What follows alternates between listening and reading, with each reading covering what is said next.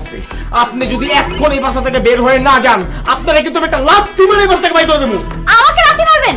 সাহস থাকলে একটা লাথি মেরে দেখান তো। আমির, দাঁড়া দাঁড়া, লাথি মারিস না, লাথি মারিস না, নারী নির্যাতন মামলা খাবি। শোন, তোর ভাবির একবার আমি লাথি মেরা নারী নির্যাতন মামলা খেয়ে 7 দিন ভিতরে আসছিলাম। খবরদারি কাম করিস না।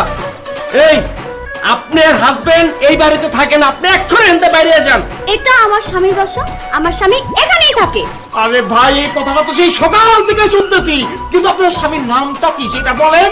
সরি, আমার স্বামী এখনো অনুমতি দেয়নি তার নাম বলার। আপনি কিন্তু জানেন না, আমার হাতে কিন্তু একটা খুনের রেখা আছে।